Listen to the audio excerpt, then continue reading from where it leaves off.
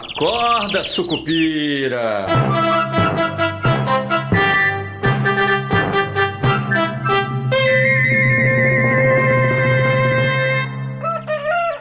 Bom dia, pessoal, sejam todos muito bem-vindos, sejam todas muito bem-vindas. Eu sou o Rodrigo Oliveira, esse é o nosso Acorda Sucupira do dia 3 de fevereiro de 2025, segunda-feira de uma semana que promete ser muito agitada, muito agitada. Já vamos falar aqui sobre Trump, Lula, intenção de voto, agenda de resultados da Bolsa de Valores aqui no Brasil também, que começa a soltar os resultados agora essa semana. Mas antes disso tudo, quero lembrar que um dos eventos mais importantes da semana acontece amanhã, 7h30 da manhã, no nosso canal do YouTube, o Esquina Sucupira, com a estreia do nosso Esquina Sucupira edição da manhã, que é onde a gente vai ter a nossa famosa live num formato parecido com aquele do Morning Call do antagonista, a gente começando amanhã. Então chama a tia, chama a mãe, o avô, o cachorro, o papagaio, quem você puder, para dar uma força pra gente lá. Se você ainda não se inscreveu no canal, inscreva-se no canal Esquina Sucupira lá no YouTube, ative o sininho para você receber então as notificações do YouTube toda vez que a gente estiver no ar. Neste comecinho estaremos ao vivo sempre às 7h30 nas terças-feiras e quintas-feiras. A ideia é que a gente fique aí 30 minutinhos no ar. Mas sabe como é que é, né? Às vezes eu falo demais, às vezes eu falo de menos. O Morning Call do antagonista começou com pouco mais, ou mais ou menos 10 minutos, e quando encerrou o programa a gente já tinha 1 hora. Acho até que foi isso que acabou incomodando algumas pessoas. Mas de qualquer forma, é isso. E não percam, o Oráculo Sucupira está no ar também. Na sexta-feira passada, o nosso Esquina Sucupira veio com a revisão do Oráculo Sucupira. Já posso adiantar que não teve muita revisão, porque não teve muita mudança ainda, né? Ou coisas que confirmem a mudança que a gente estava esperando, né? Aquilo que a gente estava esperando para o ano, tá? Eu só fui um pouquinho mais específico na parte de falar dos ativos. Falei um pouquinho sobre o custo de oportunidade, que eu acho que é uma ideia que vocês têm que ter em mente o tempo todo, se estão fazendo investimento, né? O que é que eu estou deixando de ganhar para tentar isso aqui, e quanto que isso aqui, né, essa outra coisa, deveria me retornar de lucro, de ganhos, já que eu não estou naquela outra opção que é mais segura, né? Que eu falava, obviamente, do Tesouro Direto no Tesouro Selic, né? Considerado aí o ativo livre de risco.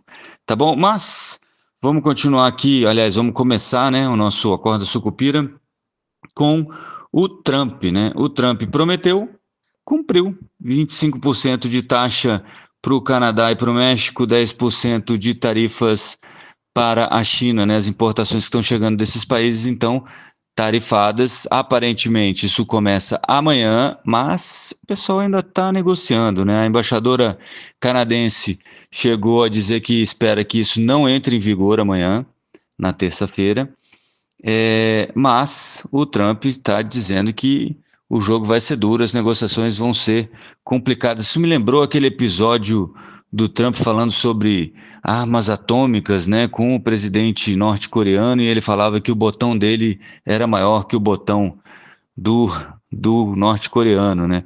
Então é mais ou menos isso. Esse é o jeito Trump de negociar, e ele já chegou chutando o pau da barraca, por assim dizer, né, chutando o balde.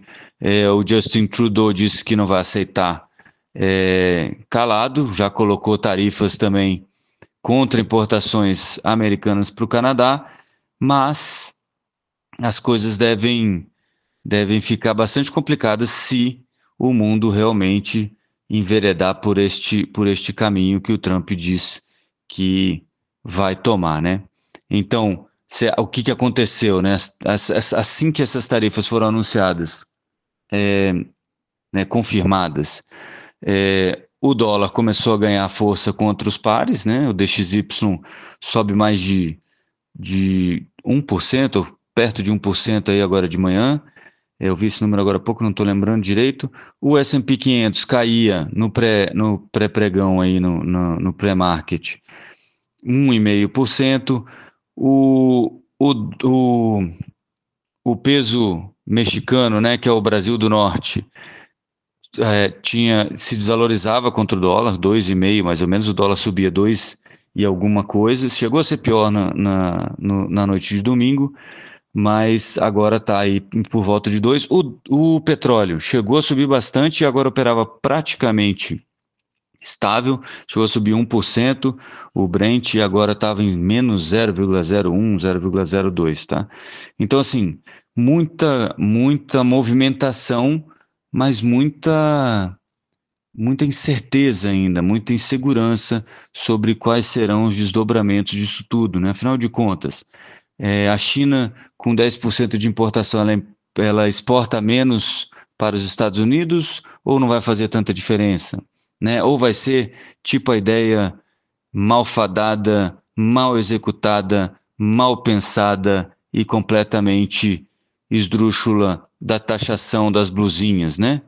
Que acabou gerando 1 bi de arrecadação, porque para o governo era isso, não podia entrar sem pagar 1 bi, não sei o quê, 2 bi de prejuízo para os Correios, né? Quer dizer, já foi 1 bi a menos que a gente gerou de recursos em função disso, e também não ajudou tanto assim o varejo brasileiro, né? Que dizia que o problema era as importações chinesas. Não era, é o preço completamente absurdo, a ineficiência do varejo brasileiro, sem querer ofender ninguém aí, mas a ineficiência do varejo brasileiro e o custo muito mais baixo dos produtos chineses, né? E muito em breve, se é que ainda não estamos, porque eu já conheço alguns varejistas que fazem isso já há algum tempo, né? Principalmente no vestuário, esse mesmo pessoal estará importando da China para vender aqui dentro mais caro, né? Em vez de a gente poder comprar para a China, né? Mas tudo bem.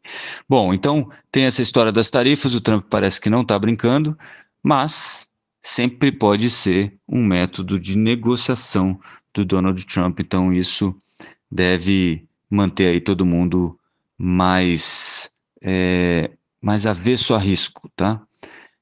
Então isso deve atrapalhar um pouco aí as negociações de hoje, deve trazer dólar para cima, bolsa para baixo e juros também para cima. Por aqui, expectativa pela ata do Copom amanhã, a ata do Copom que vai... As pessoas têm esperanças nas coisas, né? Vai dizer se o Banco Central foi dovish mesmo. Isso é o que eu tenho visto o pessoal falando. Não, será que foi dovish mesmo? O nosso Gabriel Pombípolo, ou não, é só um novo estilo de redação. Realmente, gente,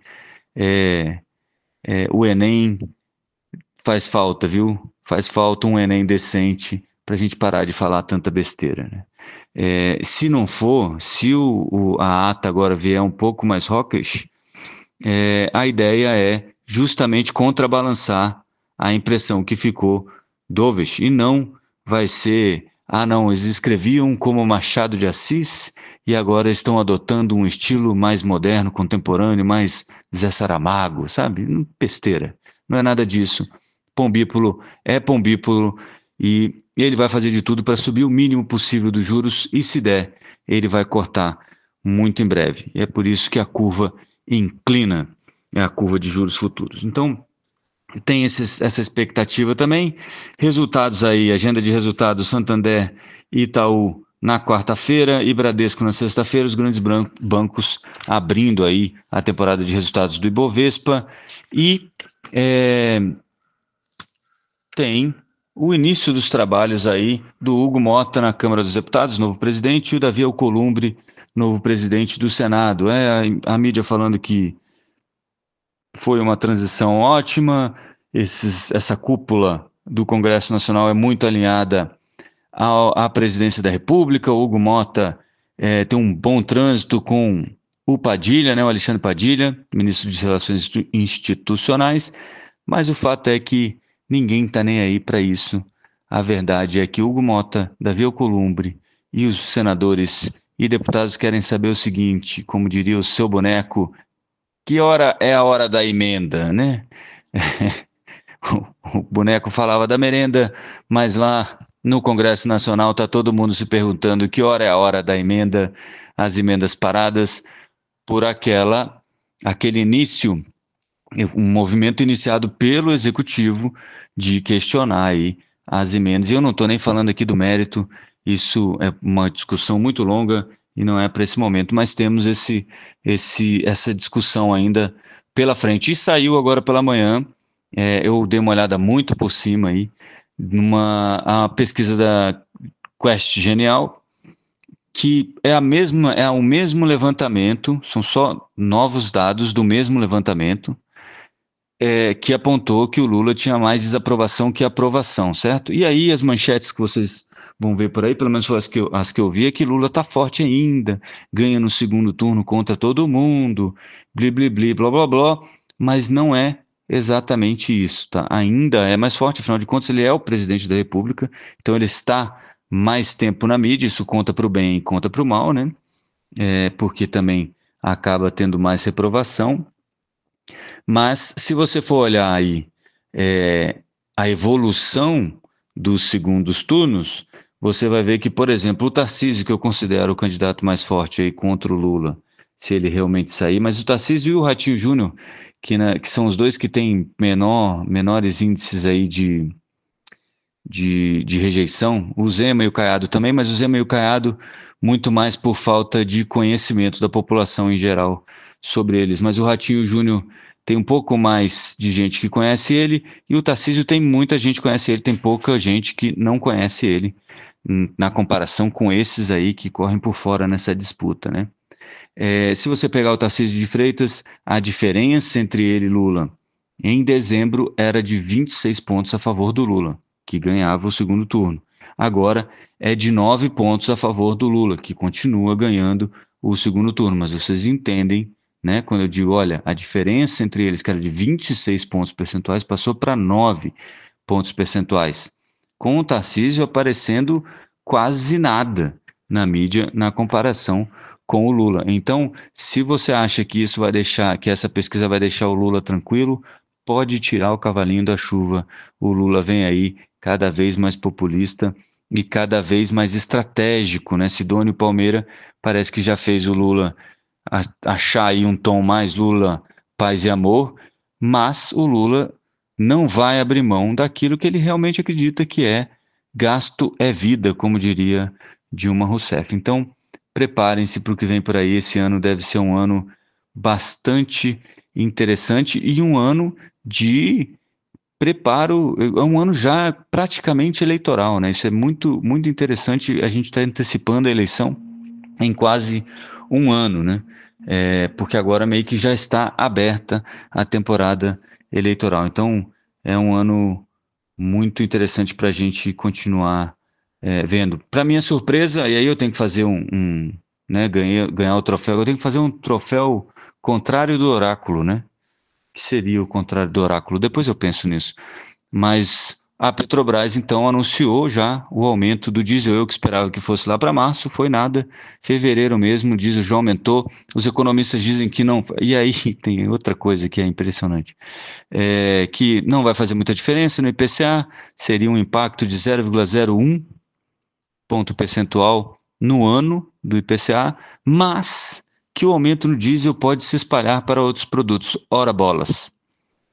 Então ninguém fez essa conta de verdade, né? Se estão pensando que o diesel aumenta e não passa para nada mais, ninguém fez a conta, né? Vamos ser sinceros, né, gente? Bom, mas é mais ou menos isso por hoje, já me alonguei demais. Não esqueçam, amanhã estaremos ao vivo no YouTube, às 7h30 da manhã, se tudo der certo. Bons negócios a todos nesta segunda-feira, a gente se vê amanhã. Avante, Sucupira! Acorda, Sucupira!